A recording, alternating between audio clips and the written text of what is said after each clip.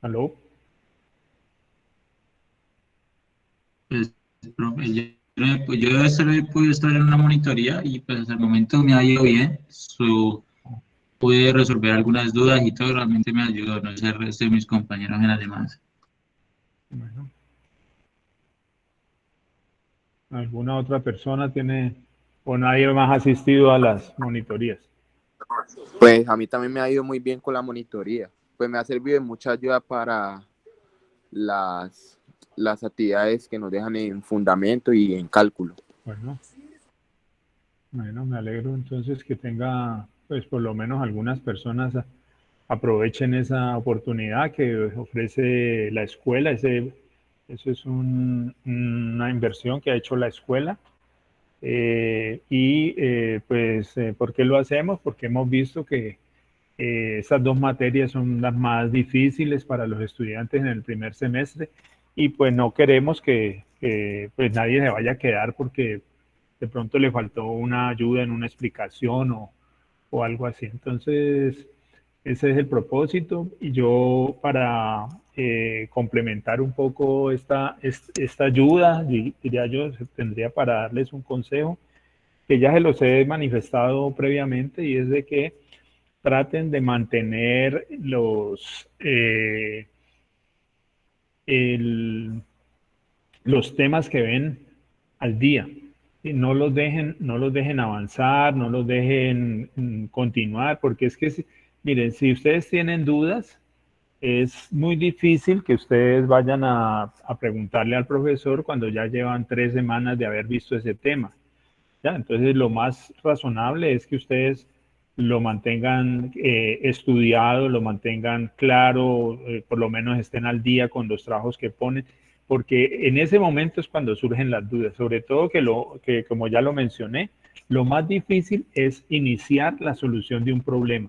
Y entonces, si usted el profesor resuelve los problemas de una manera muy simple, ¿ya? Pero para cualquier otra persona de pronto no es tan simple la solución de un determinado problema. Y por eso entonces es bueno arrancar desde el principio a estudiar en cada una de las asignaturas, en cada una de las materias, para no quedar colgado más adelante y eso es por pena no preguntar y tener que o cancelar o tener que perder la materia simplemente porque no tuvieron la precaución de atender pues esa observación que hizo algún profesor. Eh, me imagino que todos los profesores pues dirán lo mismo, ¿no? Pues, estudien, estén al día con lo que se ve. Yo les quiero contar algo. Es eh, los temas que se ven al principio en todos los cursos son los más fáciles. Entonces, si esos temas corresponden al primer parcial, entonces esos temas pues, eh, van a ser resueltos de una manera más simple también, porque son los primeros y son los más fáciles de entender. Pero también hay que estudiarlos, ¿ya? Hay que resolver ejercicios y entender cómo es la mecánica de solución de esos problemas. Bueno, de todas maneras, el llamado es para que todas las personas pues estén atentas a las monitorías y sobre todo a estudiar, ¿ya? Porque es que venir a la universidad a sentarse ahí a ver cómo resuelve un profesor unos problemas, pues yo creo que no es lógico, no es razonable. ¿Ya? Lo importante es que ustedes aprendan a resolverlos también y pues para eso tienen que untarse un poco. Bueno, vamos a trabajar hoy en dos temas. Ya, uno tiene que ver con la estructura curricular del programa y el otro tiene que ver con el concepto de crédito que muy en el fondo está asociada a estos temas que yo les estoy comentando aquí. ¿Ya? ¿Por qué? Porque es que con el concepto de crédito ustedes van a poder medir cuál es el trabajo que le deben dedicar a una determinada asignatura, a una determinada materia. Y con base en eso, entonces ya pueden distribuir el resto del tiempo, ¿ya? O lo pueden repartir, ¿ya? Entonces, es importante que ustedes sepan cómo es que tienen que programar cómo es que tienen que programar esos tiempos suyos, ¿ya? Bueno, entonces voy a iniciar con la primera presentación. Perdón, ¿hay alguien que tenga alguna inquietud, alguna duda sobre las adiciones y cancelaciones? Las adiciones y cancelaciones son del 3 al 5 de marzo. Es una ventana que que abre la universidad en la cuarta semana para que los estudiantes cancelen materias o adicionen materias o ambas posibilidades de acuerdo a sus intereses, de acuerdo a sus necesidades. De pronto ven que está muy difícil alguna materia y pueden cancelar alguna otra electiva, por ejemplo, esas complementarias que quisieron matricular por un interés inicial, de pronto se puede cambiar de grupo. Es muy difícil en algunas materias ese cambio de grupo, pero hay también la posibilidad de hacer esos cambios en ese periodo. Generalmente los estudiantes de primer semestre ya están matriculados, o sea que ellos no tienen que pedir cupo. Y, de hecho, yo creo que eso fueron muy pocos los cupos que solicitaron estudiantes del primer semestre. Bueno, entonces, ¿hay alguna inquietud, alguna consulta, alguna duda? Profe, disculpe una pregunta. Dime. Si yo de pronto estoy interesado en hacer el cambio de carrera a la que usted nos había ofrecido, a la nueva tecnología de desarrollo de software, hay que esperar a que se acabe el semestre y que nos den la noticia de que sí fue aprobado por el Ministerio de Educación. Sí, hay que esperar a que el ministerio apruebe el pensum. Y si pasa el otro semestre y no lo ha aprobado, tampoco podemos arrancar. ¿Ya? O sea, esta mañana estuvimos en una reunión los directores del programa y se comentó de que el Ministerio de Educación estaba devolviendo pues solicitudes de renovación de registro, de estudios de acreditaciones, etcétera, y que por falta de documentos, pero porque es que hubo un cambio en la normatividad y muchos de esos documentos pues ya fueron entregados por parte de la universidad. Entonces, en la normatividad anterior, pues si ya se había entregado, no había necesidad de volverlos a entregar ahora. Ahora parece que lo están pidiendo y no solamente con la Universidad del Valle, sino con muchas otras universidades. Entonces, pues tenemos que esperar a ver qué nos responde el ministerio y pues si es del caso, es estar atentos a responderles a ellos para poder o entregar la información que haga falta o aclarar lo que sea necesario. Por ahora no hay posibilidad. Sí, por ahora no hay necesidad. Hay tres, yo les comenté, hay tres programas que ya tienen el nombre actualizado de las sedes regionales. El de nosotros también existe el programa, pero simultáneamente también existe el anterior. Pues tenemos que seguir trabajando con ese programa anterior hasta tanto pues no cambien las condiciones que ofrece el ministerio para el pensum que nosotros presentamos. Bueno, entonces voy a presentar.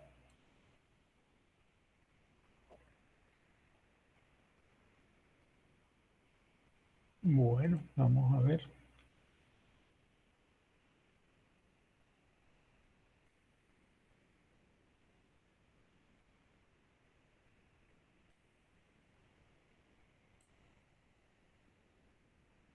Bueno, ahí está la presentación del tema de hoy.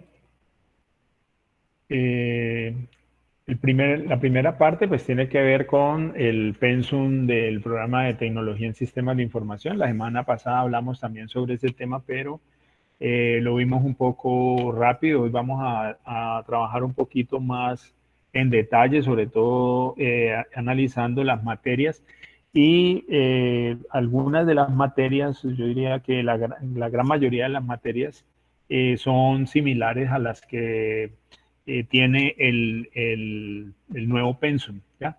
Entonces, pues el contenido realmente no es que vaya a cambiar mucho, los objetivos de la asignatura no van a cambiar mucho. Lo que sí va a cambiar es el enfoque metodológico, ¿ya? Y pues se piensa actualizar esas metodologías de enseñanza para todas las materias de la escuela y en particular las de pregrado correspondientes a ingeniería de sistemas y correspondientes a tecnología en sistemas de información. Bueno, entonces vamos a describir algunas de las áreas del conocimiento que se trabajan en nuestro programa, las principales componentes de la estructura curricular. Cuando hablamos de componentes, básicamente son las materias y cómo está organizado el pensum, describir los principales aportes de algunas materias. Bueno, este es el pensum. Voy a ver si puedo, aquí tengo otro pensum, voy a ver si puedo mostrarlo de una manera un poco más amplia.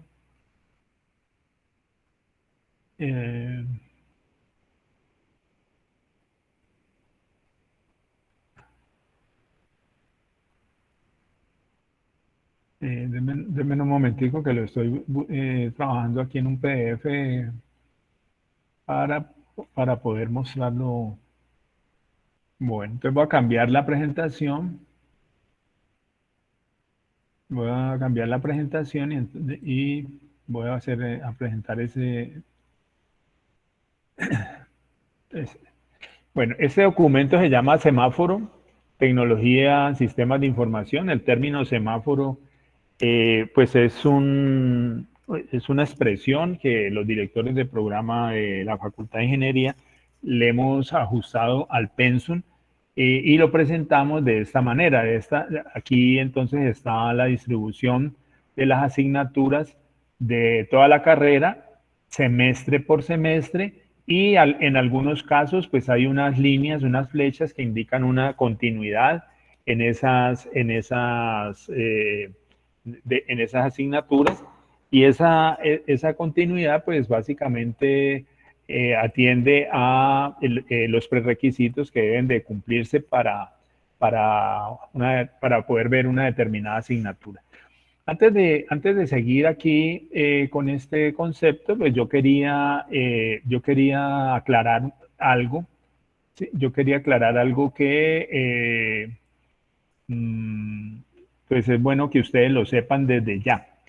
En la Escuela de Ingeniería de Sistemas, que maneja los programas de Ingeniería de Sistemas y de Tecnología en Sistemas de Información y próximamente en Desarrollo de Software, todas las materias, todos los prerequisitos que tengan las materias son aprobados.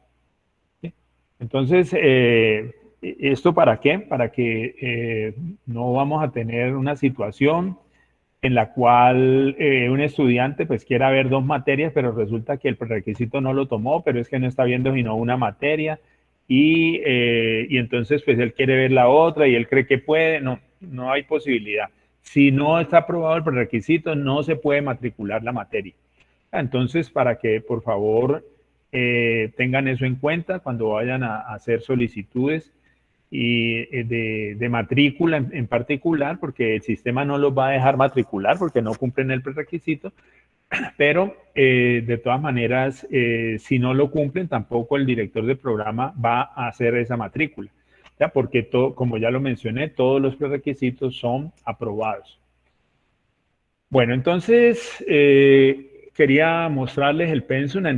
Voy a presentarlo semestre por semestre y luego voy a mostrar las franjas, ¿no? Entonces, el primer semestre, que es el más fácil porque ustedes están viendo estas asignaturas, entonces tenemos Introducción a la Tecnología Informática, Fundamentos de Programación, Cálculo 1, Introducción a la Tecnología en Sistemas de Información, y aquí aparece una materia que está en el pensum, ¿no es cierto?, que se llama Lectura de Textos Académicos en Inglés, pero que en la facultad, en la Escuela de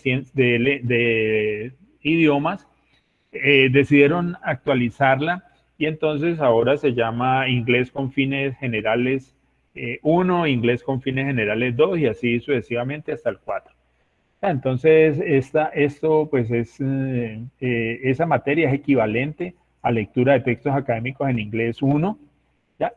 Hoy en la reunión que les comenté de los directores de programa, se informó que registro académico iba a hacer una actualización en su software porque esas materias no se hacen equivalentes de manera automática, sino que hay que hacer la equivalencia. Y este semestre que se graduaron bastantes estudiantes y algunos vieron inglés con fines académicos, me tocó hacer las equivalencias por esta asignatura que está en el pensum.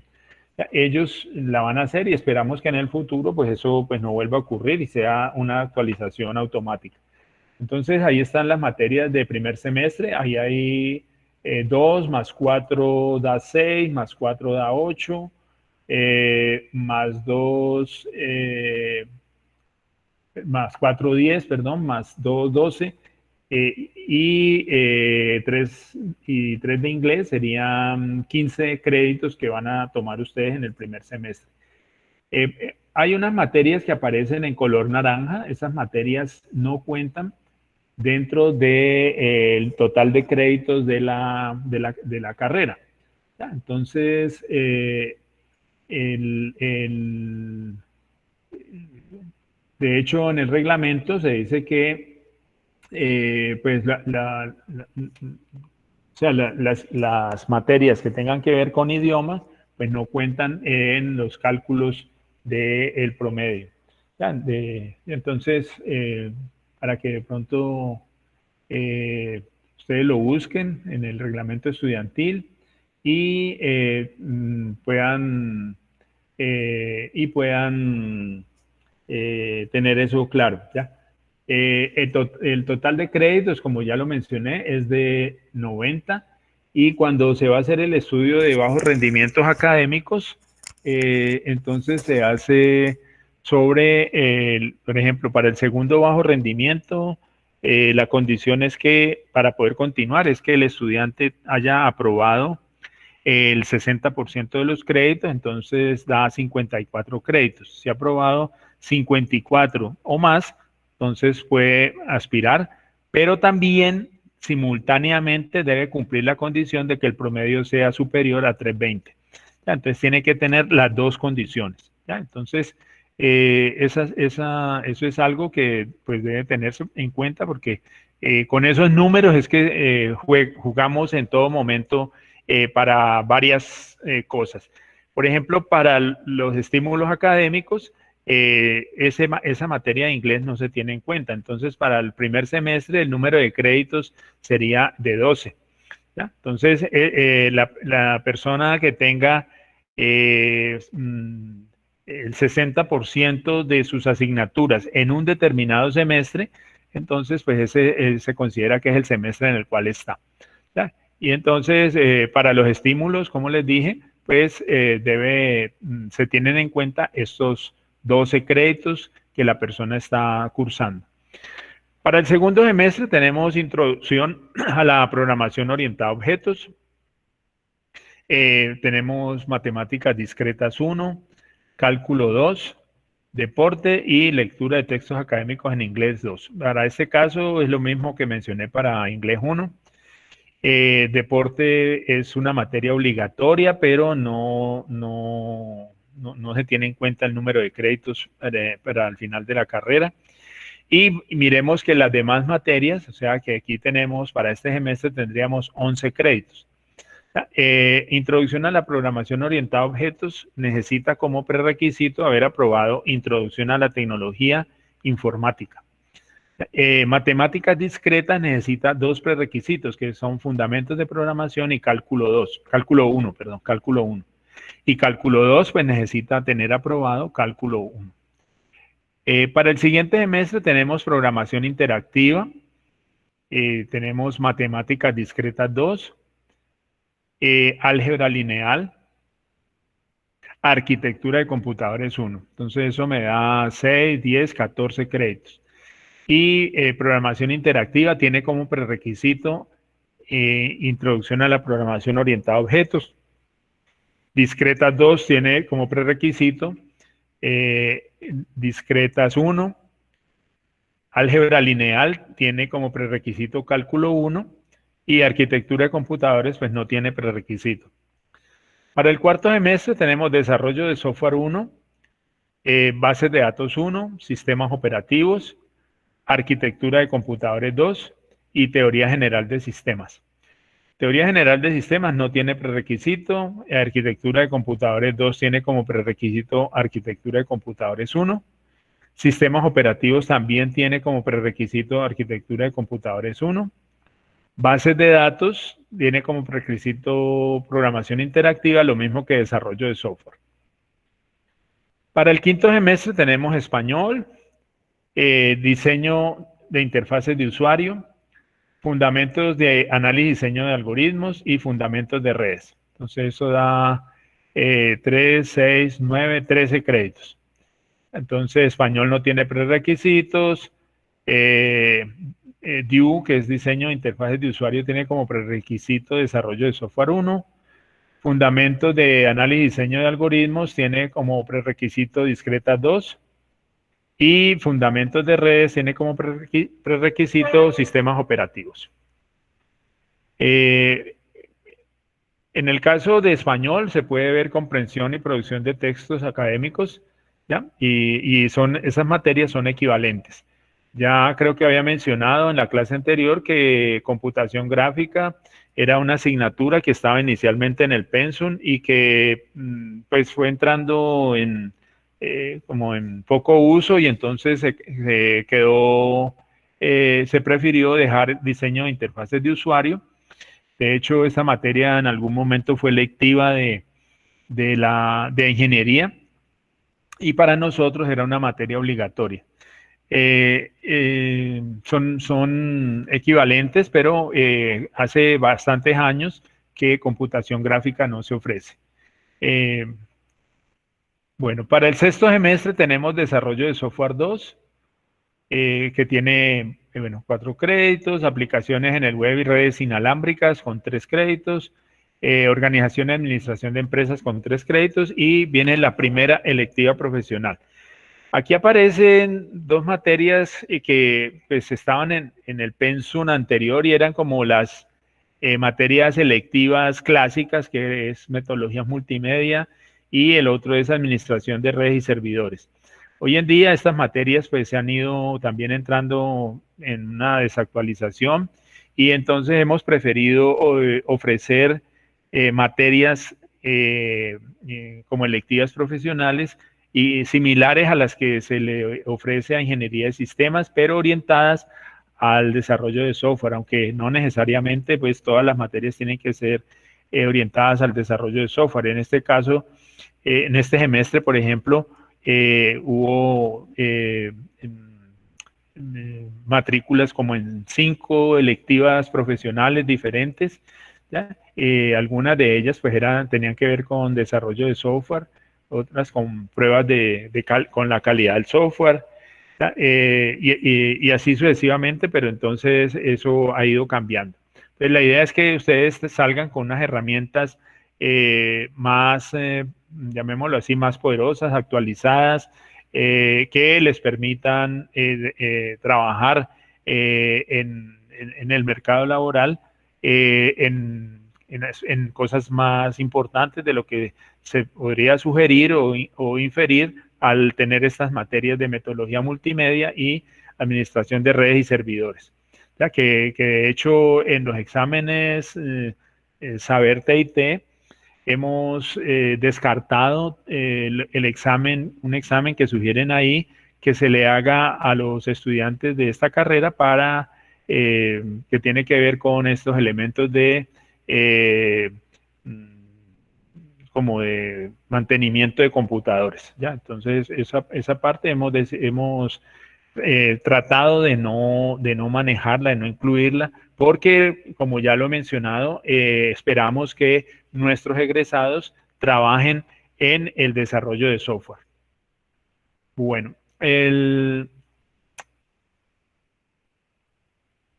en el desarrollo de software tendría como prerequisito diseño de interfaces de usuario y bases de datos, aplicaciones en el web y redes inalámbricas tendría como prerequisito fundamentos de redes. A la mitad. Y desarrollo de software 1. ¿Pregunta? ¿Quién pregunta? ¿Valeria? Bueno, entonces sigamos. No, profe, qué pena, se metió el micrófono sin querer. Bueno, listo. Bueno, en el último semestre, en séptimo semestre, entonces tendríamos sistemas de información. Tiene como prerequisito desarrollo de software 2, impacto ambiental de la tecnología, que no tiene prerequisito. También esa materia es equivalente con introducción a la gestión ambiental, que también se ofrece más bien poco. Hay una electiva profesional, esas también están en la misma dirección de las electivas profesionales que ya mencioné para el semestre sexto. Y la última asignatura sería una electiva que tiene complementaria que tiene que ver con Constitución Política de Colombia. La que nosotros más, digámoslo así, solicitamos y más matriculamos es el medio ambiente y la Constitución. ¿Ya? Entonces, esa es una materia de la Facultad de Ingeniería y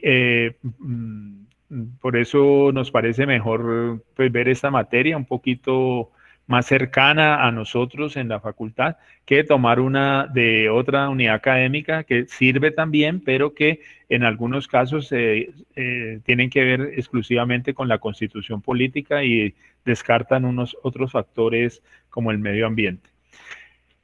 Por aquí abajo aparece otra materia que se llama práctica profesional. La práctica profesional es la posibilidad que tiene el estudiante de trabajar en una empresa y que ese trabajo pues se le valga como 2 selectivas profesionales.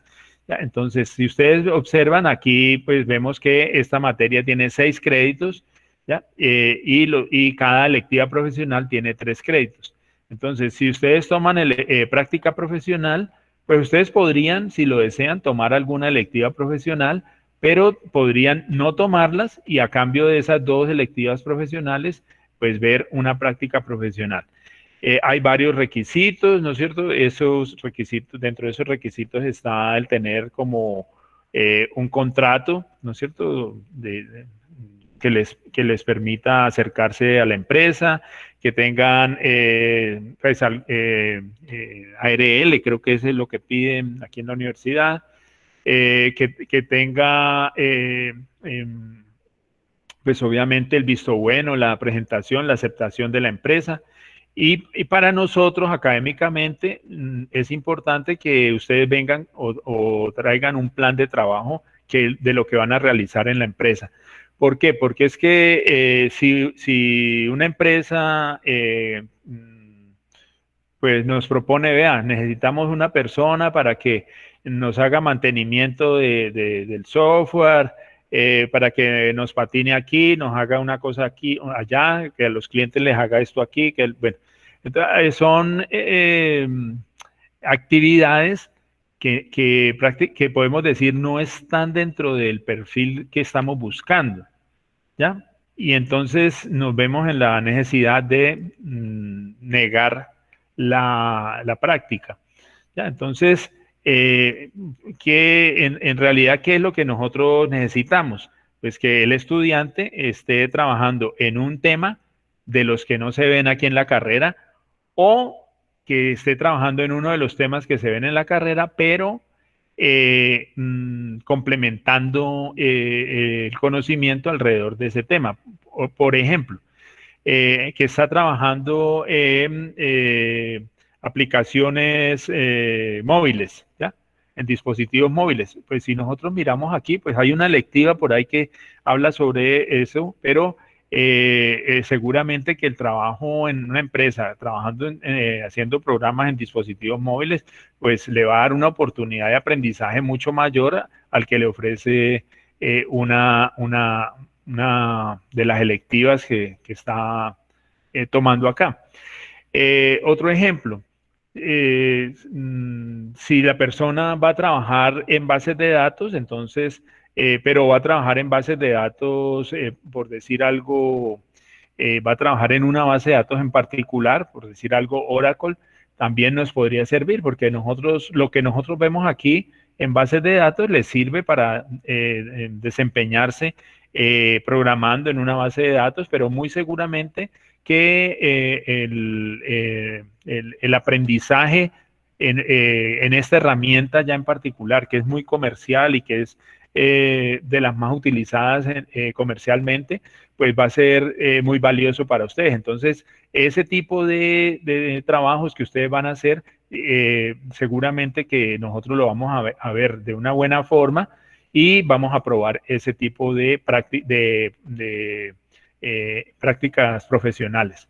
Igual si trabajan, por ejemplo, en desarrollo de software o en calidad, ¿ya? También ese tipo de trabajo sirve. ¿Ya? ¿Alguna pregunta con respecto a lo que aparece aquí en este semáforo? Una pregunta. Claro. Dime. Respecto a la práctica, ¿cuál es el porcentaje que uno debe haber cumplido de materias para de pronto ya lanzarse a querer hacer la práctica profesional en tal caso? Bueno, ahí sí me corchaste, pero generalmente los estudiantes lo hacen entre sexto y séptimo semestre. Generalmente. O sea, no tenemos estudiantes de quinto semestre ni de cuarto semestre haciendo práctica profesional. ¿Ya? De hecho, por ejemplo, hay un caso este semestre de un estudiante que lleva algún tiempo trabajando en una empresa, es del Estado, y pues él quería que ese trabajo que él estaba haciendo allá pues se le valiera como práctica profesional, pero él no estaba, o sea, él no podía certificar que por fuera de su trabajo él estaba haciendo otro tipo de actividad, de desarrollo de software o algo así, allí mismo. ¿Ya? Entonces, pues no lo pudimos matricular en práctica profesional por esa razón. Otra cosa importante es que las personas tienen que tener un tutor allá en la empresa que los asesore en esos temas que no conocen y que no se ven aquí en la universidad. ¿Ya? Porque ustedes se van para allá 6 meses y, pues, digámoslo así, que nos abandonan. De pronto algunos tienen que venir a alguna clase o asistir a alguna clase, pero en realidad, pues gran parte del tiempo lo van a dedicar a la empresa y entonces, pues no nos vamos a ver por aquí. Entonces, o por la universidad. Entonces necesitamos que alguien de la empresa sea una guía, sea un consultor, sea un tutor que facilite ese conocimiento y aclare las dudas que ustedes tengan sobre ese tema, sobre el tema pues que se comprometieron a trabajar. Bueno, voy a quitar este semáforo. Y voy a hacer la presentación en la cual estaba.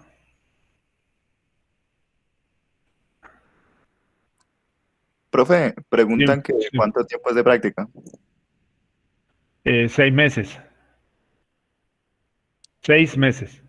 Y preguntan si puede ser remunerada o es voluntaria. No, tiene que ser remunerada. Sí, no, tiene que ser remunerada.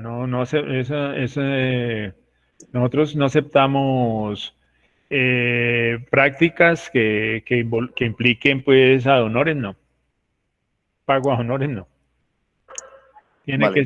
tiene que haber dinero de por medio. Así sea un salario mínimo, pues que ustedes se ganen.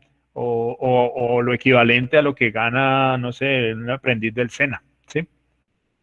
Entonces, aquí hay una oficina de práctica. Ellos se encargan de asesorar a los estudiantes que quieren vincularse a una práctica. Inclusive ellos tienen solicitudes de empresas. Y de esa manera, pues entonces Ahí tienen una buena guía y una buena forma de reconocer qué es lo que ustedes deben traer para poder aceptarles la práctica. A veces ellos, como les mencioné, pues son bastante ligeros. Ellos no se preocupan mucho por por qué es lo que va a hacer el estudiante allá. Quieren es como tener el estudiante trabajando en alguna parte, pero a nosotros académicamente sí nos interesa que el estudiante esté aprendiendo algo allá. Y créanme que las empresas a las cuales están asistiendo nuestros estudiantes, yo hablo de tecnología, a hacer las prácticas, son empresas que trabajan en desarrollo de software muy reconocidas a nivel nacional e internacional. ¿Ya? Son muy reconocidas. Entonces, sería bueno que ustedes, pues también, si en algún momento les van a pedir algún promedio o algo, pues tampoco les descuiden los promedios, porque a veces uno, pues sí, quiere terminar la carrera y quiere salir un poco rápido, pero no le preocupa tanto el promedio, pero a veces el promedio afuera sí lo ven, ¿sí? Bueno, entonces, continuamos.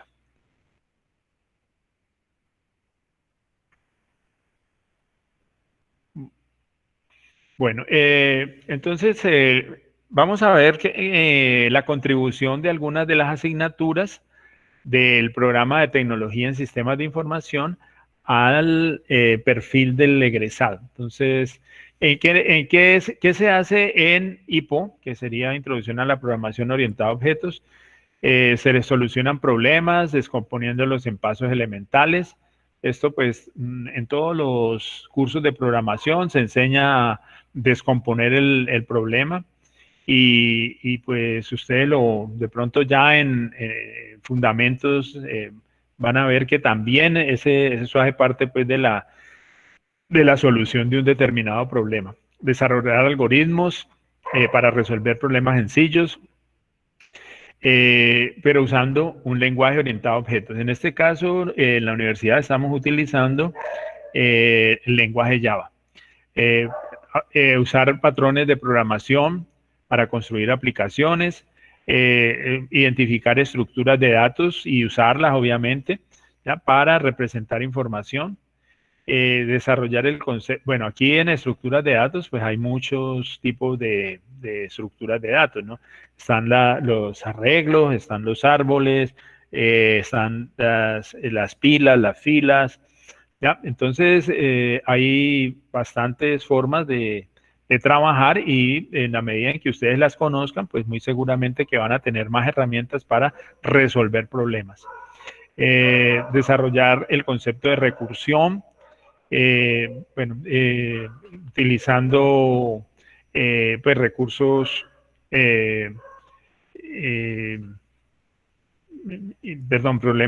usar problemas, crear, desarrollar programas que tengan esta parte de recursión y la implementación utilizando un stack. Un stack es una pila. Bueno, usar bibliotecas para funciones y APIs, eso es parte de lo que ofrece los lenguajes de programación y entonces pues es saber cómo se usan. Y obviamente que definir el estilo de programación, ese estilo de programación es un estilo que puede trascender a todos los lenguajes, pero en algún momento ustedes tienen que tener buenas prácticas de programación y dentro de las prácticas están los comentarios, está la indentación, ¿ya? Y entonces pues eso hace que el código salga limpio, salga legible, salga coherente y salga pues elegante. Programación interactiva. Aquí entonces tenemos que aplicar técnicas, herramientas de desarrollos del lenguaje de programación Java. Perdón, no, yo me equivoqué. Aquí en programación orientada a objetos se utiliza el lenguaje C. ¿Ya? C. Y aquí el lenguaje no es Java, sino C. Me parece que muchos de los conceptos se van a volver a ver en programación interactiva. Se utiliza el lenguaje Java en programación interactiva porque además de ser orientado a objetos, es el lenguaje más utilizado en la web.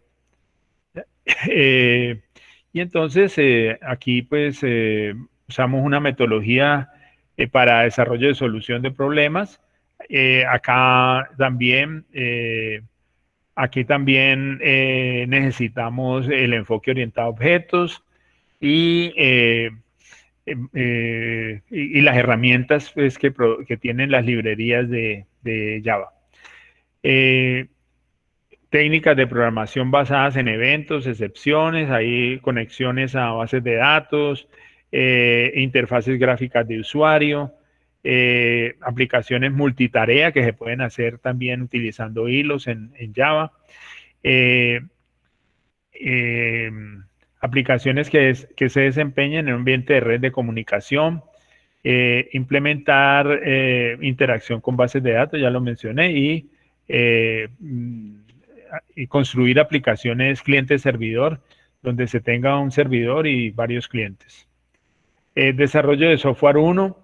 Entonces aquí pues se utiliza una metodología, como su nombre lo sugiere, pues tiene que ver con elementos, criterios, métodos para desarrollar software. Aquí entonces hay una metodología que está sugerida dentro de un lenguaje de programación, de un lenguaje de especificación de aplicaciones que se llama UML. Esto significa lenguaje de unificado. UML, ya se me fue la M. De modelado, profe. De modelado, exactamente. Sí, gracias.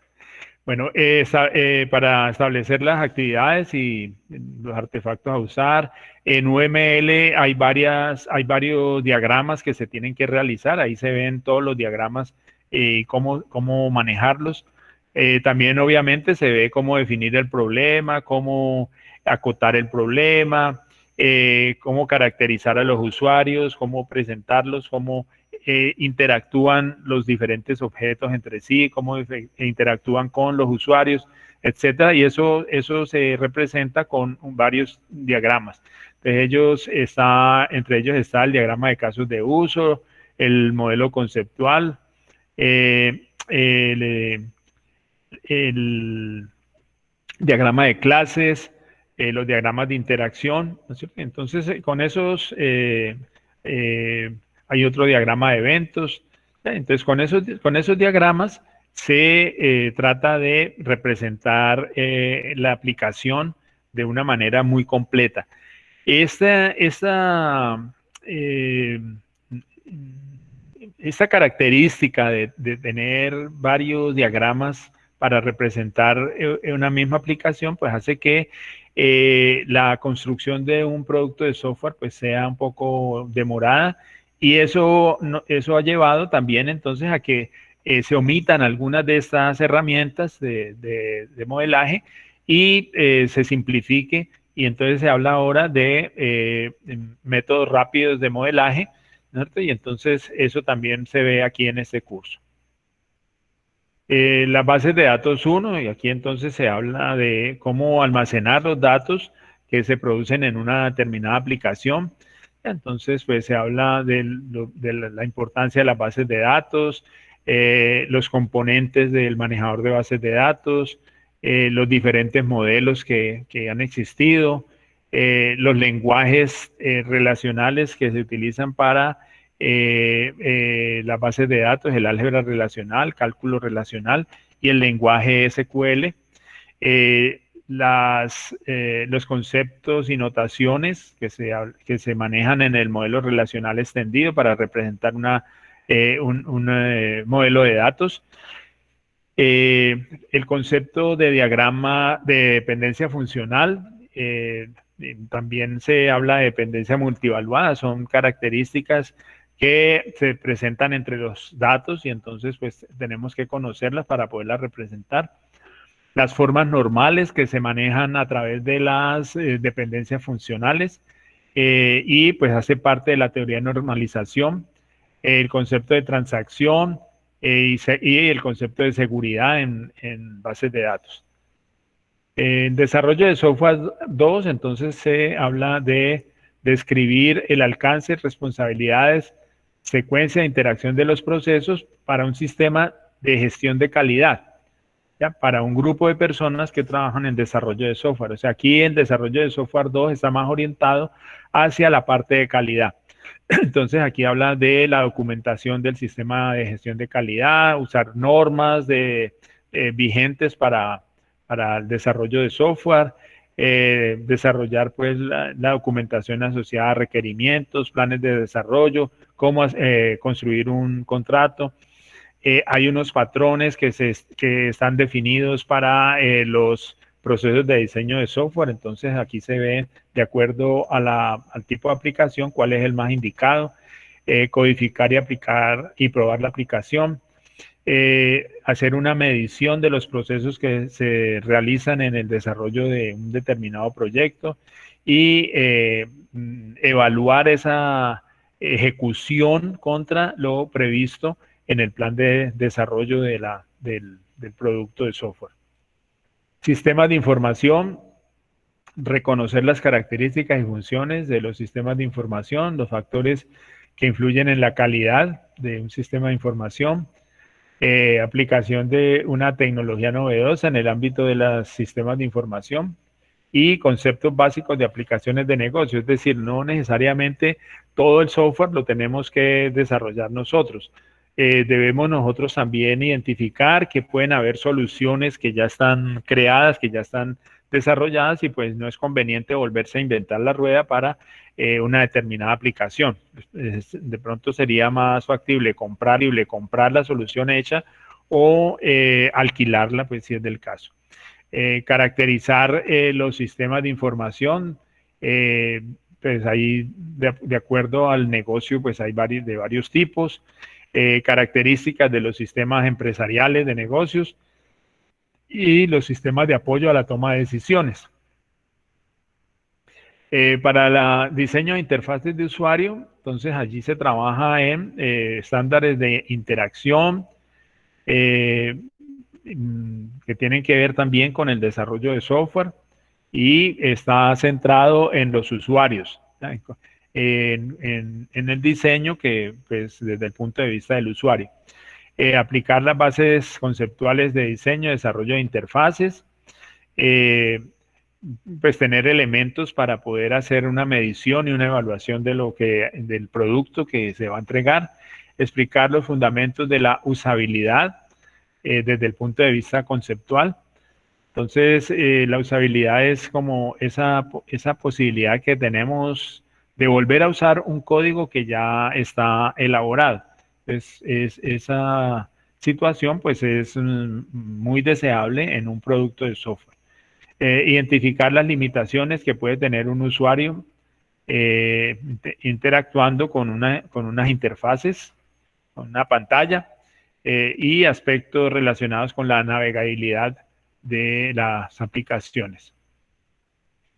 Aplicaciones en la web y redes inalámbricas, entonces los roles y responsabilidades de los clientes, de los servidores para las diferentes aplicaciones, herramientas que aseguran el enfoque eficiente, especialmente en aplicaciones cliente-servidor, diseñar y construir aplicaciones interactivas basadas en la web, ilustrar cómo aplicaciones interactivas pueden construirse con diferentes tecnologías web, demostrar cómo implementar sitios web soportados por bases de datos, describir las características principales del desarrollo de aplicaciones en la computación móvil y cómo el correo y otros tráficos son enrutados usando esta computación móvil.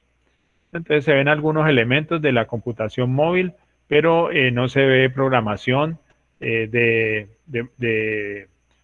móviles.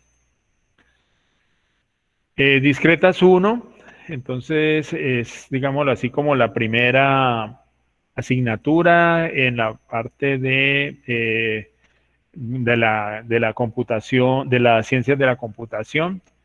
que es como la parte teórica de la ingeniería de sistemas o de los sistemas de información. Entonces aquí se ilustran ejemplos sobre función, conjuntos, relaciones, operaciones, algo que tiene que ver también con matemáticas básicas, pero desde el punto de vista computacional. Es decir, aquí en este Matemáticas Discretas 1 no se ven los números continuos, ¿no? ¿Cierto? Enteros o reales, sino que se ven los datos tal como nosotros los manejamos en computación. Emplear métodos formales en la lógica proposicional y en la de predicados. O sea que aquí se ve también los elementos básicos de la lógica. Es el único curso que tenemos nosotros de lógica en la carrera. Y es importante pues que eso lo entiendan bien, porque la lógica es la parte básica del trabajo en la mayoría de los lenguajes, en la mayoría de las herramientas de computación. Utilizar lógica simbólica para especificar problemas, relacionar las ideas de inducción matemática con el concepto de recursión y estructuras definidas recursivamente, dar ejemplos básicos de algoritmo, de cuál es su complejidad, sistemas numéricos y cómo se implementan en un computador. Aplicar técnicas de pruebas para resolver problemas como especificación y verificación formal en otras áreas de la computación. Entonces son elementos que nos permiten a nosotros manejar aspectos básicos de cómo se debe trabajar o construir algoritmos. Básicamente a eso atiende esta materia. En Discretas 2, entonces se trabajan permutaciones, combinaciones de un conjunto y pues asociamos su significado a una aplicación que podamos nosotros, con la cual nosotros podamos darle vida a estos conceptos que son meramente matemáticos. Analizar problemas para plantear y resolver ecuaciones de recurrencias, representar problemas prácticos de computación usando grafos y árboles. Entonces aquí también se ve cómo navegar por un grafo, cómo navegar por un árbol. Hay diferentes tipos de árboles. Ya, entonces ahí se ven algoritmos para navegar a través de esos árboles. Recuerden que los datos se colocan en forma de estructura de árbol. Entonces, pues yo debo poder saber dónde debo dejar un dato, y entonces para ello los árboles y la navegación por estos árboles es muy importante. Comprender la notación estándar para expresar la complejidad en tiempo y espacio de un algoritmo. El concepto de gramáticas regulares, máquinas de estado finito y autómatas finitos determinísticos y no determinísticos. Entonces son aspectos de la teoría de la computación que son muy importantes conocer en el caso de nosotros como tecnólogos. Fundamentos de análisis y diseño de algoritmos, esa es la tercera materia en esa línea. Empieza con Discretas 1, Discretas 2 sigue, y luego fundamentos de análisis y diseño de algoritmos. Entonces, ilustrar el compromiso de la complejidad entre espacio y tiempo usado por un algoritmo. Describir las etapas requeridas para la verificación de la correctitud de programa, o sea, cuando un programa es correcto. Identificar la clasificación estándar de problemas en las clases de acuerdo a las clases de complejidad. O sea, todo esto básicamente está centrado en la complejidad. Ilustrar con ejemplos diferentes técnicas de diseño de algoritmos, como técnicas voraces, ingenuas, dividir y conquistar, programación dinámica, etc. Usar tipos de datos fundamentales para la solución eficiente de problemas, tales como tablas de hashing, árboles binarios y grafos. Las tablas de hashing, pues es como una expresión con la cual yo puedo convertir un código, por ejemplo, un documento de identidad, en otro valor, y sirve mucho para identificar el sitio donde está ubicada esa información. Entonces, en bases de datos Hay bases de datos que permiten el manejo de tabla hashing y este es un mecanismo muy rápido y eficiente para hacer búsquedas. Resolver problemas usando búsqueda secuencial, binaria, algoritmos de ordenación, algoritmos fundamentales de grafos, adquirir la capacidad de evaluar algoritmos y entonces pues eso hace parte de fundamentos de análisis y diseño de algoritmos. Arquitectura de computadores, 1. Entonces aquí se ven los principios básicos del diseño, organización de los computadores modernos, los componentes de un computador, relaciones entre la arquitectura del computador y el sistema operativo de esa arquitectura. La arquitectura de computadores 2, pues aquí se pues primero que todo, pues es una continuidad del tema que se ve en la arquitectura de computadores 1. Pues acá se habla del diseño, implementación, de arquitectura y cómo están organizados los computadores modernos, cómo se asocia esa organización con la aritmética del computador, comprobar mediante simulaciones el funcionamiento de una arquitectura RISC y atender las descripciones en estructuras superescalares, explicar la estructura interna de la unidad de control del procesador y uso de la microprogramación y los conceptos de organización paralela, multiprocesamiento simétrico y clúster. Entonces son elementos que son de uso corriente hoy en día, pero que necesitan, digámoslo así, como conceptos claros de sistemas operativos que nos permitan trabajar en este campo. El siguiente tema serían los sistemas operativos. Entonces se ven las funcionalidades, el diseño que debe tenerse en cuenta pues, en ese diseño del sistema operativo. Necesidades de los conceptos de estado del usuario, del sistema, la protección, etcétera, de los procesos, de los recursos que se ejecutan o se realizan dentro de un procesador.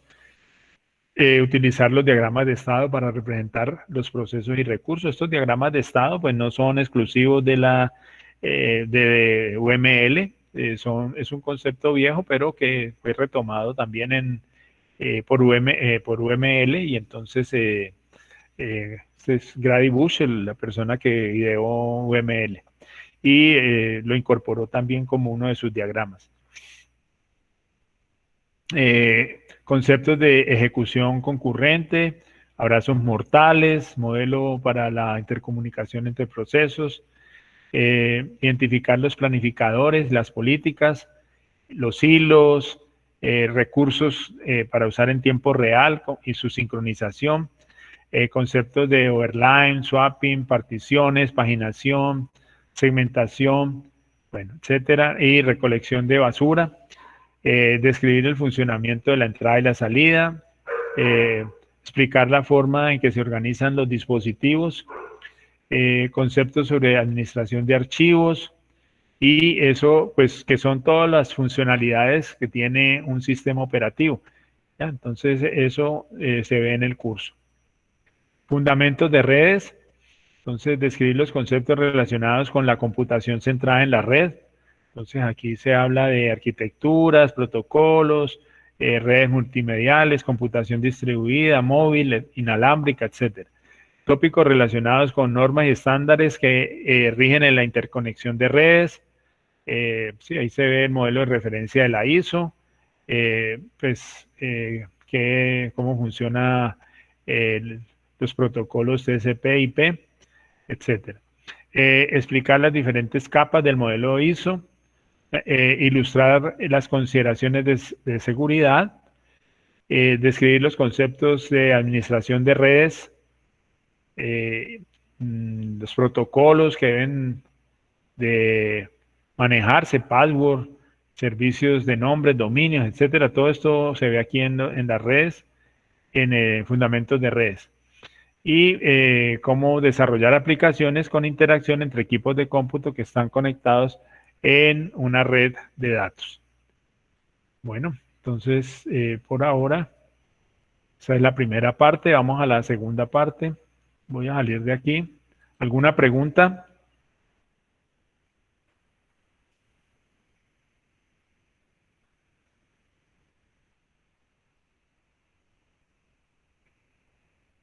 ¿Alguna pregunta?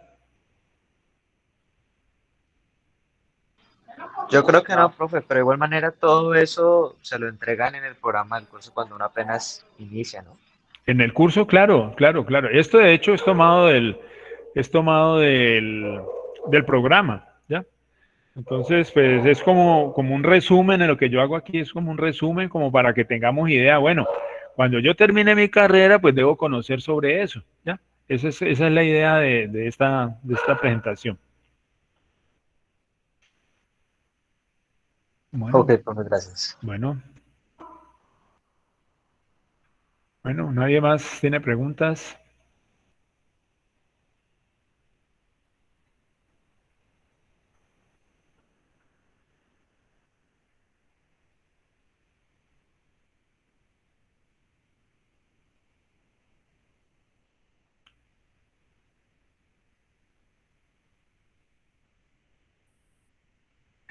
Profe, ¿las electivas del programa cuentan para ingeniería como materias o también como electivas o no cuentan como nada cuando se va a homologar, digamos, la Cuentan como, ingeniería? cuentan como electivas. Anteriormente esa materia que se llama Administración de redes y servidores no era tenida en cuenta. ¿Ya? Se consideraba que era una electiva tecnológica, pero es que el concepto de electiva tecnológica no existe en la universidad. Existen solamente electivas profesionales. Entonces, esa fue una de las cosas que cambiamos desde el 2012 y esa materia más o menos desde esa época se ha entrado, digámoslo así, en desuso por esa razón, ¿ya? Y como no es una materia que le sirva para pasarse a la ingeniería, no se la valen allá, entonces pues decidimos irla retirando.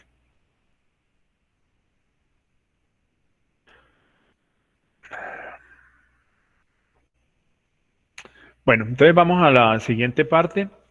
Eh, yo creo que voy a terminar la clase un poquito antes porque tengo que hacer una revisión por acá de un estudiante que quedó pendiente de una matrícula y entonces pues vamos a ver si le puedo ayudar. Profe, Dime. ahorita que finalices también yo le puedo consultar algo sobre eso que acabas de mencionar, de la Bueno, sí, matrícula. sí, está bien. Gracias. Bueno, entonces vamos a hablar ahora sobre habilidades y competencias. Bueno, esto no es tema de este, pero ya lo hemos hablado. Identificar los factores de riesgo del éxito académico en la facultad. De eso hemos hablado un poco también, pero pues vamos a ver, hay una charla sobre ese punto y vamos a hablar lo que sigue, pues tiene que ver con eso. Ya lo mencioné al principio de la clase que íbamos a hablar un poco sobre esa parte. El concepto de crédito académico, las consecuencias de la organización del tiempo de estudio, pero asociándolo a los créditos. Utilizar pues las ayudas de matemática y fundamentos de programación, en este caso era cálculo 1 que ofrece la escuela, ya lo mencioné. Bueno, vamos entonces al crédito. El crédito es una unidad de medida del trabajo académico que tiene que realizar el estudiante en cada una de las asignaturas que toma dentro de la carrera. El concepto de crédito no es algo, pues un concepto por ahí que viaja en forma etérea, no. Es algo real y es la base para poder nosotros balancear los semestres, para balancear el trabajo de los estudiantes. Por ejemplo, yo les comento, en esta matrícula que pasó actualmente, hubo varios casos de estudiantes que solicitaban la matrícula de una materia y excedían el límite de créditos permitido por el reglamento. Entonces, pues no se pudo hacer la matrícula en esas asignaturas. Entonces, ¿eso por qué? Porque pues se considera que tiene que haber un número de horas que el estudiante le dedique al estudio. Y pues se considera que no es muy conveniente, no es razonable que el estudiante esté trabajando más del 100% o el 100% del tiempo en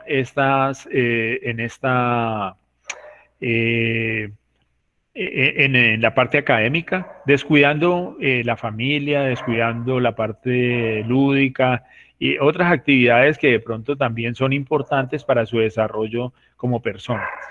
Entonces, estas actividades, pues, generalmente todas tienen que ver con la forma de obtener el título, es decir, pero de todas maneras, por decir algo, si alguien quiere ver una materia, por ejemplo, a ver, Dios es amor, por poner un ejemplo, ¿tá? Una materia que se llame así. Esa materia, pues yo diría, básicamente, pues no me va a llevar a obtener el título, ¿no es cierto? Pero hace parte de la carga académica del estudiante y si el estudiante la quiere ver, lo puede matricular, pero debe tener en cuenta que eso tiene un peso en el semestre, un peso académico, un trabajo académico que debe pesarse y que debe poder balancear el estudiante. De tal forma que cuando excede los 21 créditos, entonces pues no se le puede permitir que matricule más materias. Eso hace parte del reglamento de la universidad también.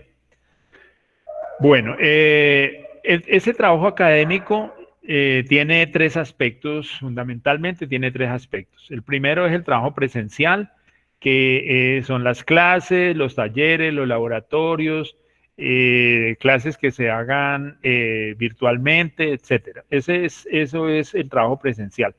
Es decir, esta clase es una actividad presencial. Entonces, como son 2 horas, podemos sumar 2 horas al trabajo que estamos realizando en esta materia. Trabajo independiente. El tiempo dedicado a su estudio personal, a realizar consultas, lecturas, preparar trabajos, elaborar informes, talleres, profundizar y ampliar por cuenta propia los conocimientos y capacitación en las diferentes áreas y a prepararse para las evaluaciones y exámenes. Eso es el trabajo independiente. Para esta materia se considera que ese trabajo independiente es de 4 horas. Entonces ahí ya tenemos 2 de trabajo presencial y 4 de trabajo independiente. Entonces ya suman 6. Y el tercer elemento del trabajo académico, entonces, incluye el trabajo dirigido. En este caso, el estudiante realiza actividades que le coloca el profesor y que suponen una asesoría, una tutoría o una interacción con una determinada regularidad. Y aquí entonces se incluyen los cursos dirigidos, los desescolarizados o semidesescolarizados, el trabajo de campo, las prácticas profesionales y académicas. Pero en este caso, este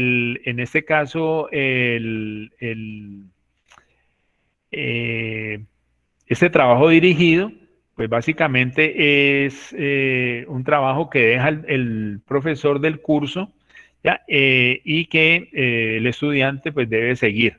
Y cada semana se hace una reunión para evaluar qué fue lo que leyó, cómo interpretó una determinada lectura, a ver si está bien, pues siguiendo por un buen camino, si ha realizado algunas de los trabajos que se le dejaron con base en ese trabajo dirigido que se le ha dejado al estudiante. Entonces, esos son los 3 elementos. Para este caso de este curso, pues el trabajo dirigido es 0. Se considera que no hay este tipo de actividades dentro de este curso. Sí, a pesar de que pareciera que en la actualidad eso fuera así. Pero este tipo de interacción que tenemos a través de medios de comunicación, pues se ha incluido dentro del trabajo presencial, ¿ya? Y no dentro de un trabajo dirigido. Ya, el trabajo, un ejemplo de cuando se ofrece un trabajo dirigido, entonces hay asignaturas donde hay poca gente, matricula muy poca gente, y los cursos cuando tienen muy poquita gente, entonces los cancela la universidad. Entonces, ¿qué es lo que se hace? Se ofrecen como cursos dirigidos y eso implica entonces de que, por ejemplo, un curso que son 3 horas o 6 horas de clase, perdón, 4 horas de clase, entonces se convierte en un curso de 2 horas de clase semanal, donde en esas 2 horas pues no va a haber, realmente no va a haber una clase, sino que va a haber una interacción con el docente, donde el docente va, en una ocasión va a colocar un trabajo para que lean, un material para que lean y para que desarrollen, y otra parte del tiempo va a ser dedicada a evaluar eso que dejó en la sesión anterior, ¿ya? Entonces, esa es como la parte asociada al trabajo dirigido. ¿Alguna pregunta sobre este tipo de actividades que se ofrecen para calificar o evaluar o medir el crédito de una asignatura?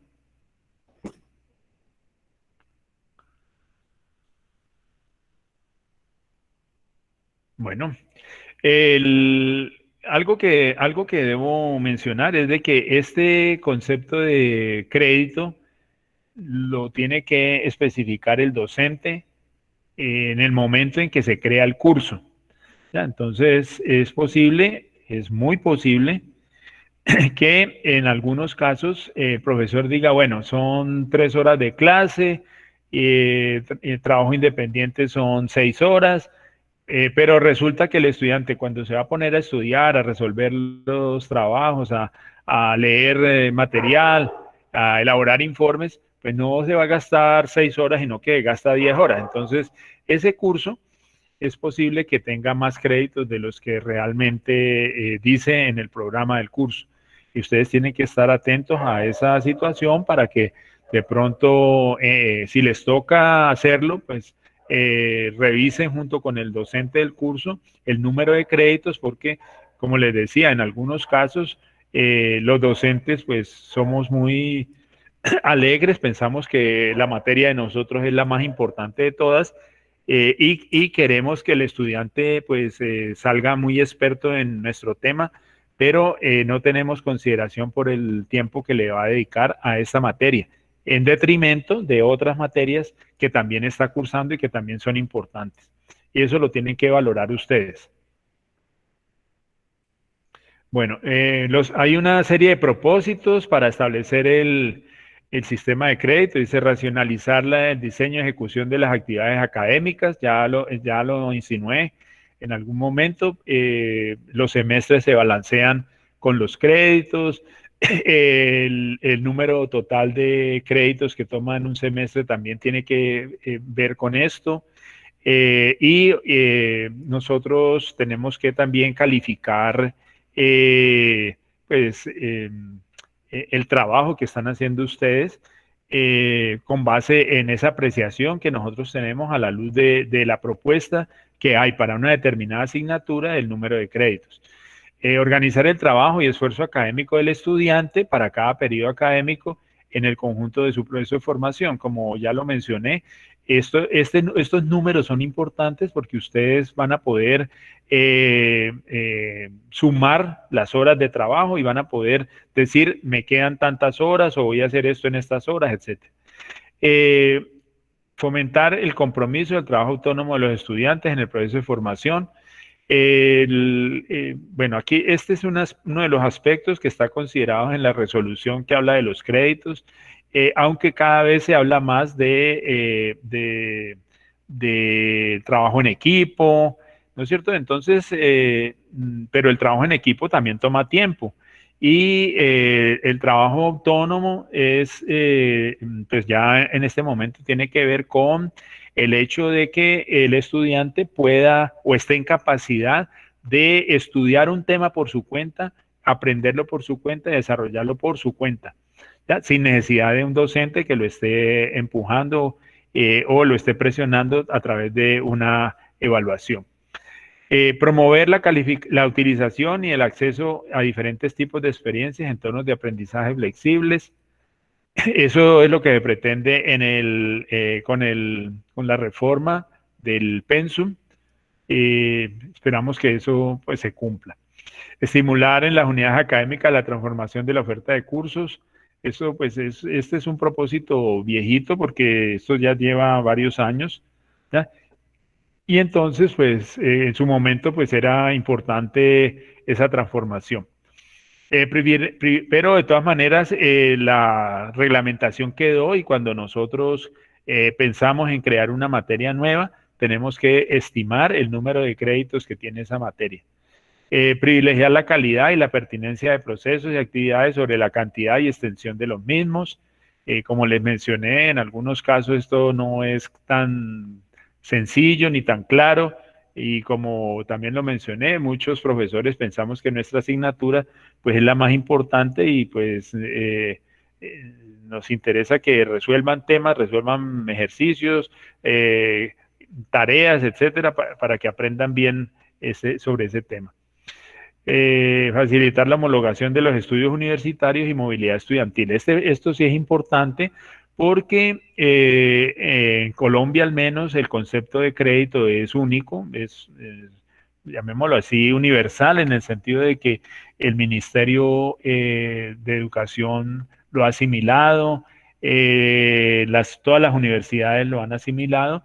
Sin embargo, hay algunas universidades que manejan un concepto de crédito un poco diferente. Ya es el caso de la Universidad de Antioquia, por ejemplo, que tiene un número de créditos para las carreras que de pronto no es similar al que se maneja en otras partes. El crédito académico, un crédito académico equivale a 48 horas de trabajo. ¿Ya? Y el número total de créditos, ¿cómo lo obtengo? Sumando el tiempo de trabajo presencial, más el tiempo de trabajo independiente, más el tiempo de trabajo dirigido, y dividiendo eso entre 48. ¿Ya? Entonces, esa es la manera de encontrar cuál es el número de créditos que tiene un determinado curso. Ya, pues eso lo dice el artículo 4 de esa resolución. Sobre la base de periodos académicos de 18 semanas, ¿ya? Con 2 semanas para exámenes y evaluación. Esto, pues en algunos casos se cumple, en otros casos no es tan claro. ¿Ya? Al final, pues vamos a trabajar sobre 16 semanas. ¿Ya? Y en algunos casos sobre menos. ¿Ya? Por ejemplo, para este semestre, el número de clases que vamos a tener disponibles es como de 14, creo, o 13. ¿Ya? Entonces, tampoco es que sea tan exacto esto, pero pues buscamos de que ese concepto se mantenga. Vamos a hacer un ejemplo de cómo podríamos calcular el número de créditos para un curso. Entonces, se va a crear un nuevo curso electivo y los profesores concluyen que un estudiante requiere 48 horas de trabajo presencial, 120 horas de trabajo independiente, 24 horas de trabajo dirigido. Y entonces la pregunta es, ¿cuántos créditos tendrá este nuevo curso? Entonces lo que nosotros tenemos que hacer es colocar las horas de trabajo presencial, sumarle las de trabajo independiente y sumarle las de trabajo dirigido. Y eso da 48 más 120 más 24 da 192. Y ese número de créditos, entonces lo divido entre 48 y eso me da 4 créditos. De pronto, bueno, por ahí me están preguntando qué es el trabajo dirigido. Vuelvo a la diapositiva donde está esto. ¿Ya? Entonces, para que leas cuál es el trabajo dirigido. ¿Ya? Actividades desarrolladas en conjunto entre el estudiante y el docente que suponen una asesoría, tutoría o interacción con una determinada regularidad. Eso puede ser 15 días o puede ser cada semana. Dentro de esa categoría entran los cursos dirigidos, semi-desescolarizados, ¿ya? Etcétera. ¿Ya? Bueno, listo. Sigamos entonces. Bueno, es posible que este ejemplo esté, pues obviamente está arreglado, ¿no es cierto? Pero yo diría en muchos casos empieza uno a colocar el número de horas reales. Por ejemplo, ese 48, ¿cuántas horas de trabajo semanal serían? Ese es trabajo presencial, ¿cuántas horas presenciales semanales serían?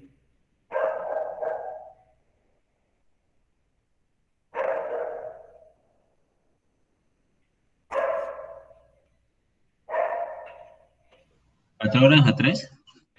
Y se divide 48 dividido entre 3, entonces pues eso es igual a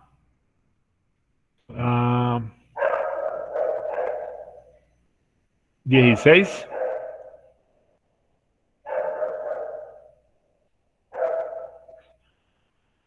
Bueno, Sí, correcto, 16. son... No, pero entonces no me da porque eso me da el número de semanas. No, entonces hagámoslo por aquí porque pues es más fácil por aquí. Esto serían 4 horas semanales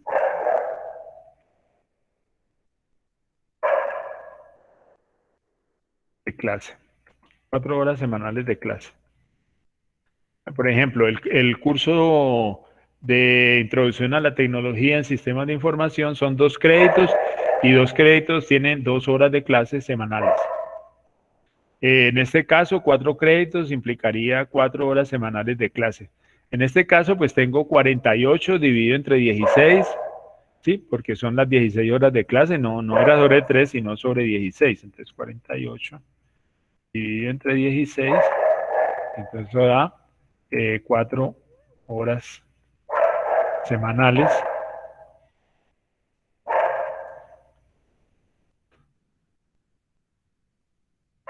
Sí, entonces miremos a ver cuál es 6 por 4, 24, no da.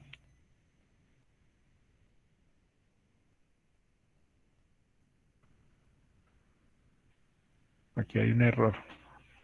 Sí, porque 48 dividido 16 sigue dando 3. Bueno, lo que pasa es que, a ver, 48 dividido entre 16, vamos a hacer la división acá. Sí. 48.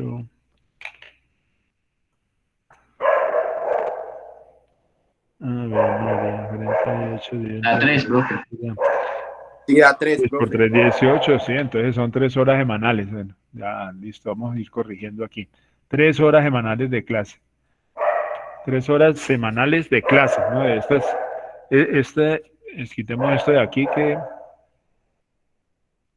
de pronto nos causa ruido, de clase. ¿Sí? Y de esa manera, entonces, el estudiante, pues, tiene que asistir 3 horas por semana a clase.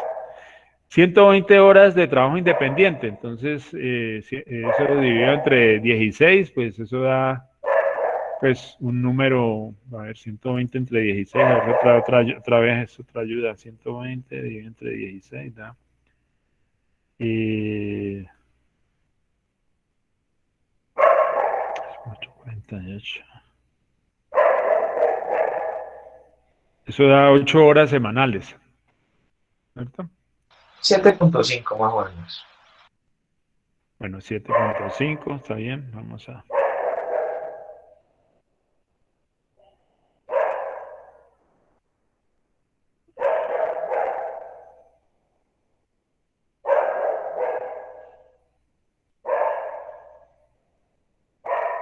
Sí, 7.5 horas por semana.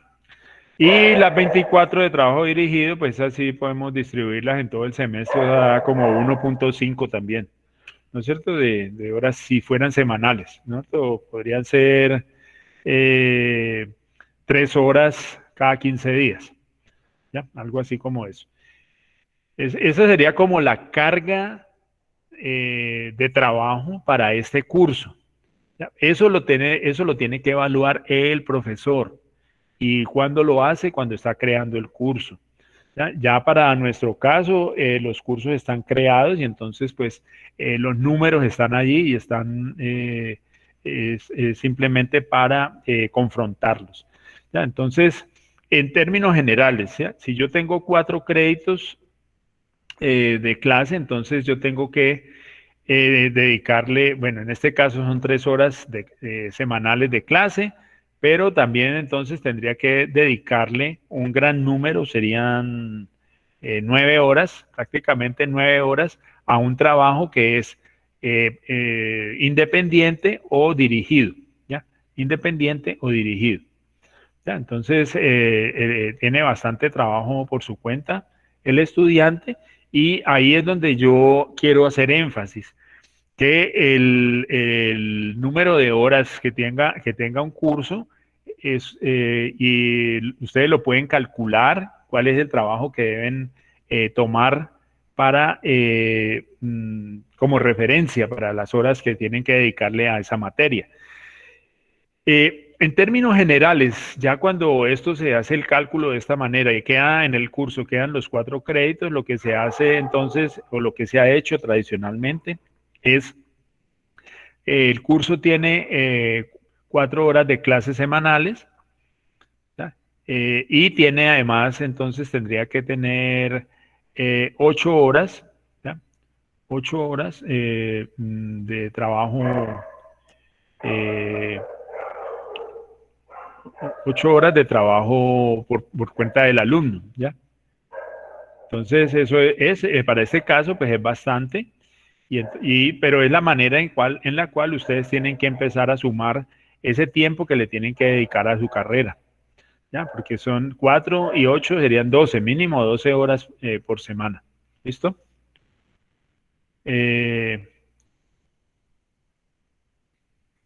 Bueno, aquí hay una distribución de crédito que pues eso depende como del tipo de carrera. Esto de todas maneras hoy nos informaron también de que eso va a cambiar porque en la reforma van a quedar, en el caso de ingeniería, de algunas carreras de ingeniería van a quedar cursos donde el trabajo el trabajo presencial va a ser mucho mayor que el trabajo que le dedica el estudiante, el trabajo independiente, ¿ya? Como trabajo independiente o trabajo dirigido. ¿Ya? Entonces la idea es que todo se haga en la clase, ¿ya? Todo se realice en la clase y entonces eso no está permitido actualmente en la reglamentación y el Consejo Académico está estudiando esa necesidad que se tiene de modificación y para poderlo plasmar en un reglamento que se pueda utilizar y que pueda corresponder al momento que vivimos y que queremos de transformar las metodologías de enseñanza-aprendizaje en la Universidad del Valle. Esto pues no lo voy a trabajar mucho, eso está en el acuerdo que define esa reglamentación.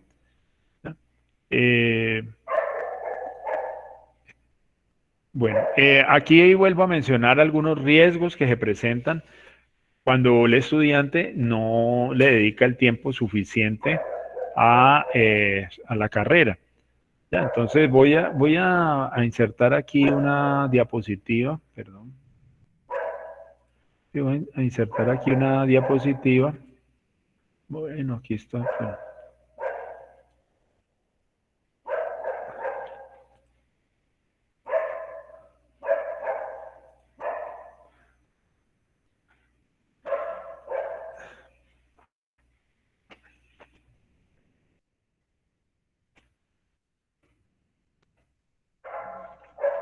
Bueno, entonces vamos a hacer el estudio con los estudiantes de primer semestre, ¿cierto? Entonces, en este momento ustedes están viendo 14 créditos, ¿no es cierto? Entonces, número de créditos. Entonces, es 14. Listo. Es 14 créditos, entonces, horas, vamos a colocar aquí, horas presenciales. Horas presenciales, entonces son 14 horas. La semana. Por semana. ¿Listo? Siguen las horas de trabajo independiente, o sea, trabajo independiente, que se estima sobre ese número de horas, o sea, 14 por 2, 14 por 2, y eso me da,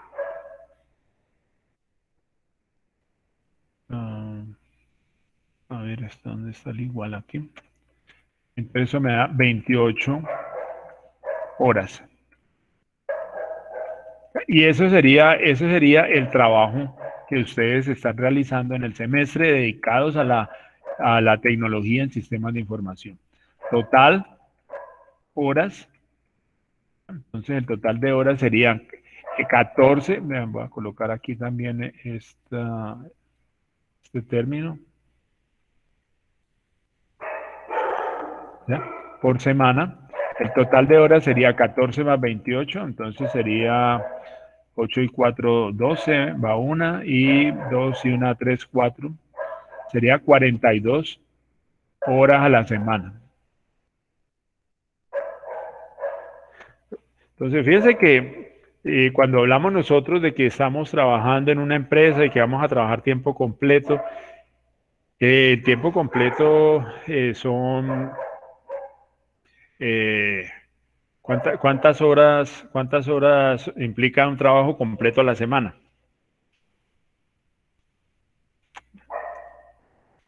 Póngale que sean 8 horas, ¿no? 8 por 6, 6 por 8, 48. ¿No es cierto? Entonces, vamos a colocar aquí trabajo, tiempo completo. Entonces sería igual a 48 horas. Pero fíjense que si ustedes están dedicando casi el mismo tiempo, o deben estar dedicando casi el mismo tiempo de estudio al tiempo de trabajo, casi al mismo tiempo. ¿Ya?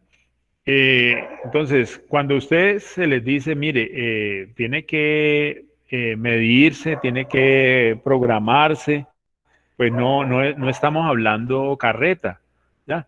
¿Por qué? Porque pues pensemos cuántas horas tienen disponibles ustedes.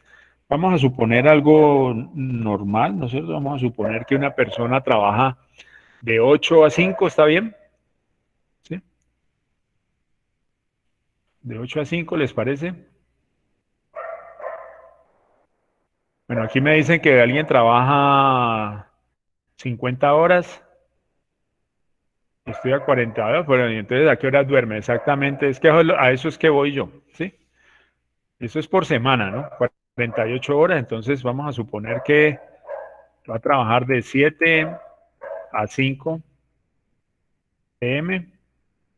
7 a 5, ¿cuánto es? Son 10 horas, pero entonces vamos a suponer que tiene 2 horas de descanso, ¿ya? De 2 horas de descanso.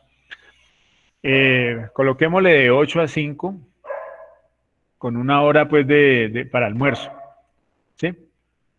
Entonces, podemos pensar que la persona pues se levanta temprano y hace 1 hora de ejercicio todos los días, ¿no es cierto?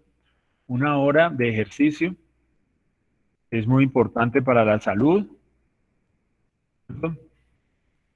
Entonces ya tiene 49 horas, ya tiene 49 horas, de pronto más, ¿no? Estos son 8, son 4 y 5, son 9.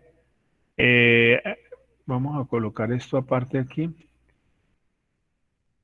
Esto sería 9 horas, 9 por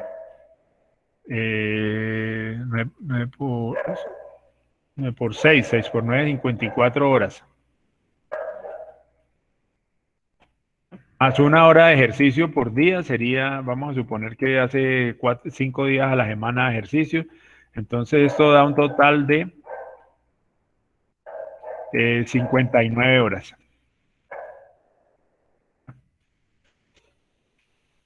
Aquí solamente estoy considerando la actividad laboral. Ya, más 42 horas a la semana serían más de 100 horas a la semana. ¿Cuántas horas tiene la semana? Entonces serían disponibles, llamémoslo así, ¿ya? Disponibles. Entonces supongamos, pues hay que incluir, recuerden que hay que incluir las horas de clase, entonces serían las 4 horas de por la noche. Supongamos que la persona estudia, saca tiempo en el día y estudia 6 horas, incluyendo las... Vamos a colocar aquí estudio.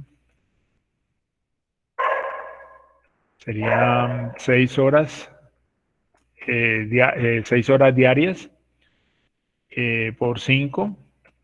Entonces da 35. 6 por 5, 30. 30 horas semanales. Y los fines de semana, coloquémosle 12 horas. 12 horas. Y entonces en esas 12 horas la persona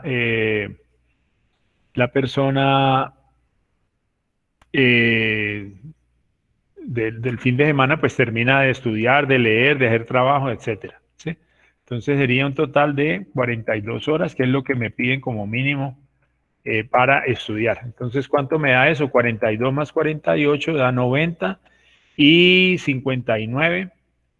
Entonces, eso da 149 horas, ¿verdad?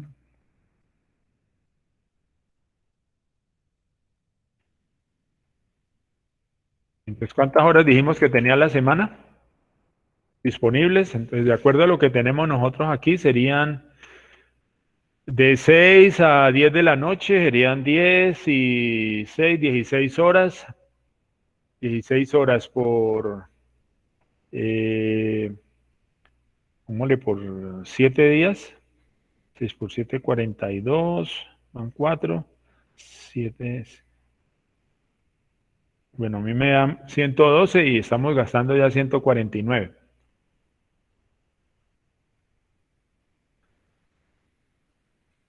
Ah, no, perdón, es que estoy sumando esas 48, no, es 49 más 52. Entonces serían 60 más 42, serían 102, 101. 101 horas, ¿no es cierto? Están dedicadas al trabajo y al estudio. 101 horas. Y tenemos 112 disponibles, ¿ya? Pero entonces ahí no está incluida la diversión, no está incluido un paseo, no está incluido de pronto una ida al cine cuando nos abran los teatros, ¿ya?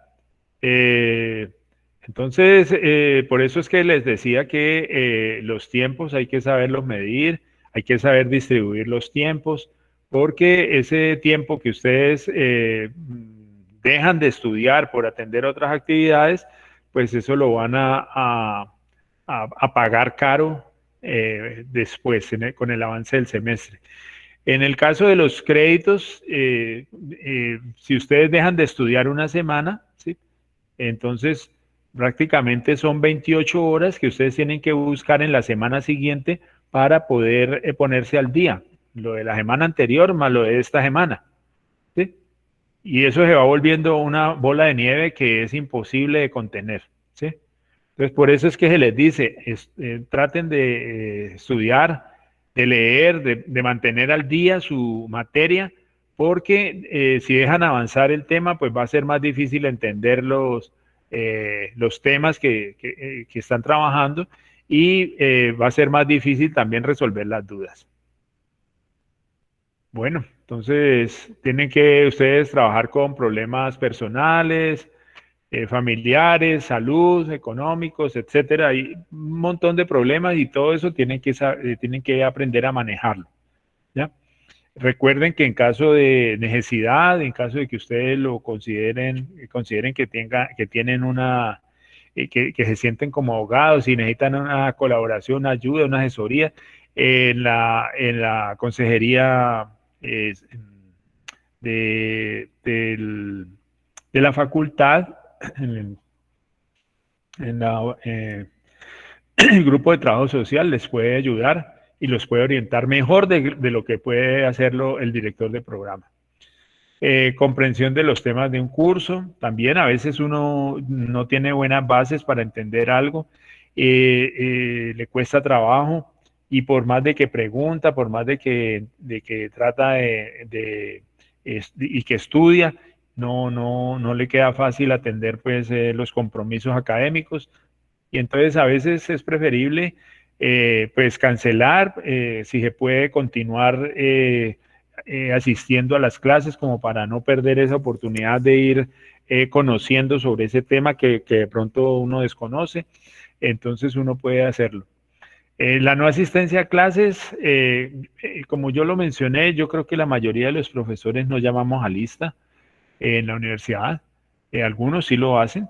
Entonces, pero de todas maneras, eso es algo con lo cual debe trabajar cada estudiante y es el compromiso de que si no asiste a una clase donde se ve un tema, pues tiene que leerlo por su cuenta, porque esa clase no se la van a repetir, aunque ahora con el concepto del video de la clase, pues es posible que la clase usted la pueda ver más de una vez. Bajos rendimientos académicos, pues ya hemos mencionado eso varias veces, es un riesgo muy alto y pues ustedes deben tratar de no caer en un bajo rendimiento. Eso produce atrasos en la carrera y después cuadrar los horarios es más difícil. Miren, los horarios se construyen pensando en las cohortes que entraron. Es decir, si ustedes todos aprueban todas las materias y pasan nítidos todos los semestres, ustedes tienen garantizados el hecho de que en todos los semestres las materias que están programadas se van a dictar. ¿Ya? En todos los semestres esas materias que están programadas para ese semestre se van a dictar. O sea, en el próximo semestre se van a ofrecer las de segundo semestre y no van a haber cruces entre ellas. ¿Ya? Entonces ustedes las pueden matricular tranquilamente porque van a saber que ahí no hay cruces y no tienen que estar peleando para conseguir cupo. ¿Ya? Pero si ustedes se quedan en alguna asignatura, entonces ahí va a haber un problema porque ustedes van a querer ver alguna materia y resulta que esa materia se le cruza con otra porque esa materia no está programada para ese semestre. ¿Ya? Entonces, la programación no se puede hacer pensando en las personas que se han quedado colgadas en unas materias. Se hace pensando en las cohortes que entraron. Igual, si al final de la carrera 5 personas son las que están al día con esa materia y no perdieron ninguna de las asignaturas, a esas 5 personas se les va a ofrecer todas las materias de un determinado semestre y van a poder matricularlas sin ningún problema de cruces. ¿Ya? Los problemas de cruces generalmente ocurren cuando los estudiantes pierden asignaturas y entonces quedan colgados por ahí y les toca empezar a organizar horarios y esperan a que el director del programa les resuelva los problemas. No es así. ¿Ya? Desempeño en práctica profesional. Es importante tener eso claro. Bueno, la extemporaneidad. Bueno, ¿alguna pregunta, alguna inquietud? Y recuerden que las adiciones y cancelaciones son del 3 al 5 de marzo. ¿Alguna pregunta? Profe, una pregunta, disculpe. Sí, ¿cómo no? ¿Usted de pronto sabe algo acerca de trabajar en la universidad o algo por el estilo? Es que un compañero me lo dijo, pero pues no sé muy bien acerca del tema. Bueno, las monitorías, que son la forma en la cual el estudiante puede conseguir una remuneración por parte de la universidad, se ofrecen para estudiantes a partir del tercer semestre. ¿Ya? Si usted necesita alguna ayuda o algo, puede recurrir a Bienestar. En unas diapositivas anteriores presentamos una gran cantidad de programas que ofrece Bienestar Universitario y usted puede aspirar a cualquiera de ellos, simplemente que tiene que pues, aportar los datos, demostrar que efectivamente tiene la necesidad para que le den el apoyo. Listo, profe, muchas gracias. Bueno, ¿preguntas?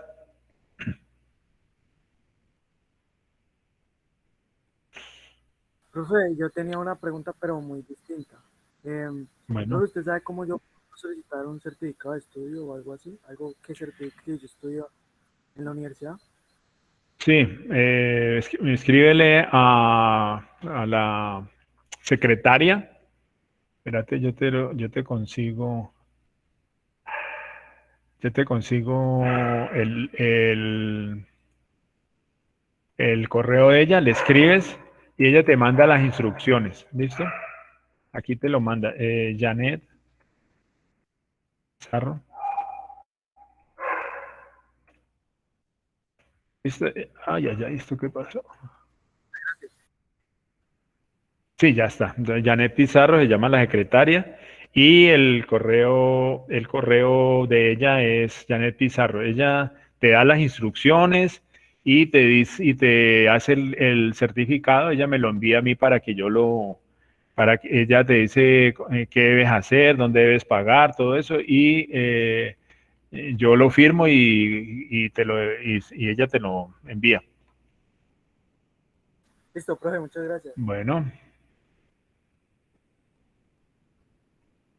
¿Preguntas?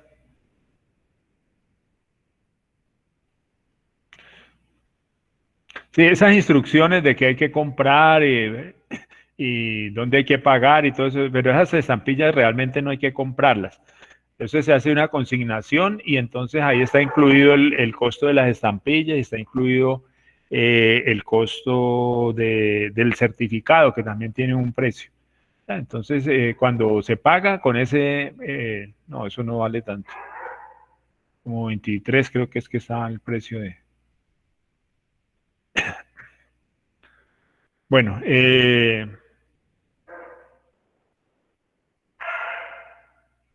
sí, o sea, ella te manda las instrucciones, ¿ya? Nada, no se sabe, de presencialidad no se ha dicho nada. Y todavía no se ha mencionado absolutamente nada de vacunación, que yo pienso, sí, yo pienso que es como el primer paso para la presencialidad. Sí, yo sé que algunos colegios volvieron, no todos, pero ya algunos volvieron. Esperemos que esta situación mejore y que podamos vernos las caras en la universidad de nuevo. Envíale un correo a Janet y para no estar adivinando aquí entre todos un precio, pues ella te envía el valor exacto y todo. Bueno, no les quito más tiempo, que tengan una feliz noche. Creo que ustedes siguen ahora con inglés.